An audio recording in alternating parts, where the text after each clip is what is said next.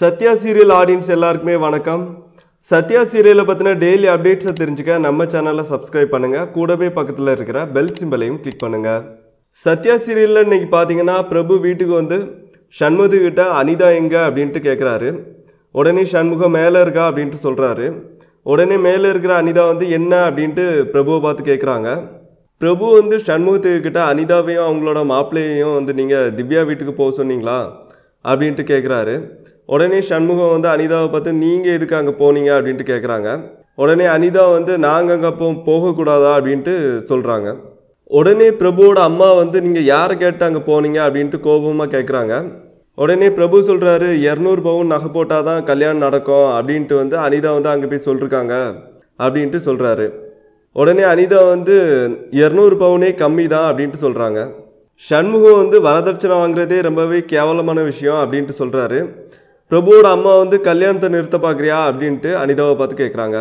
அந்த நேரம் பிரபு வந்து கல்யாணத்தை நிறுத்த நீ ஏதாவது பண்ணேன்னா உடனே நானே கழுத்தை பிடிச்சி வீட்டை விட்டு வெளியே வரட்டிடுவேன் அப்படின்ட்டு சொல்கிறாரு.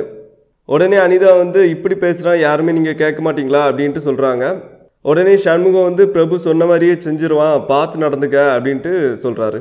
சத்யா வீட்டில் பார்த்தீங்கன்னா ஜானகி வந்து திவ்யாவை பார்த்து மாப்பிள்ளை என்ன சொன்னார் அப்படின்ட்டு கேட்குறாங்க. உடனே திவ்யா வந்து 200 பவுன் போடணுமா அப்போ தான் உங்களுக்கு கௌரவமாக இருக்குமா அப்படின்ட்டு சொல்கிறாங்க. உடனே சத்யாவோட பாட்டி பார்த்தீங்கன்னா அப்படியே சொன்னார் என்னால் நம்பவே முடியலை இந்த சம்மந்தமே வேண்டாம் அப்படின்ட்டு சொல்கிறாங்க. உடனே ஜானகி வந்து 200 பவுனுக்கு நான் எங்கே போவேன் அப்படின்ட்டு முழிக்கிறாங்க. அந்த நேரம் பார்த்து வந்து சத்யா வந்து 200 பவுன் நான் தரேன் அப்படின்ட்டு சொல்கிறாங்க. அக்காவுக்கும் எனக்கும் வந்து அப்பா பேங்க்கில் போட்டிருக்கக்கூடிய ரூபாய் எடுத்தால் வந்து 200 பவுன் வாங்கிடலாம் அப்படின்ட்டு சொல்கிறாங்க சத்யா. உடனே சத்யாவோட பாட்டி வந்து அப்புறம் உனக்கு கல்யாணத்துக்கு என்ன பண்ணுறது அப்படின்ட்டு கேட்குறாங்க. உடனே சத்யா வந்து அம்மாவே சொல்லிட்டாங்க எனக்கெல்லாம் கல்யாணம் நடக்காது, என்னெல்லாம் யாருக்கு பிடிக்கும், நடக்காத கல்யாணத்துக்கு எதுக்கு பணம் அப்படின்ட்டு சொல்கிறாங்க. ஜானகி வந்து சத்யாவை பார்த்து இப்படிலாம் பேசாத உனக்கு பணத்தெல்லாம் ஒன்றும் எடுக்காண்டாம் அப்படின்ட்டு சொல்கிறாங்க. உடனே சத்யா வந்து மாப்பிள்ளையை வந்து திவ்யாவுக்கு ரொம்ப பிடிச்சிருக்கு அதனால பணத்தை எடுத்து வந்து நகையை வாங்கணும் அப்படின்ட்டு சொல்கிறாங்க. நாளைக்கு பேங்க்கில் போய் பணத்தை எடுத்துடலாம் அப்படின்னு சொல்லிட்டு மாட்டி வச்ச ஃபோட்டோவை தேடுறாங்க சத்யா. அங்கே வந்து பார்த்தீங்கன்னா மாட்டி வச்ச இடத்துல ஃபோட்டோவை காணல. உடனே ஃபோட்டோ எங்கே அப்படின்ட்டு ஜானகிட்ட கேட்ட உடனே வந்து அது வந்து கட்டிலுக்கு கீழே கிடக்கு அப்படின்ட்டு சொல்கிறாங்க ஜானகி. உடனே சத்யா வந்து அந்த ஃபோட்டோ எடுத்து பார்த்து ஃபீல் பண்ணிட்டு அழுறாங்க.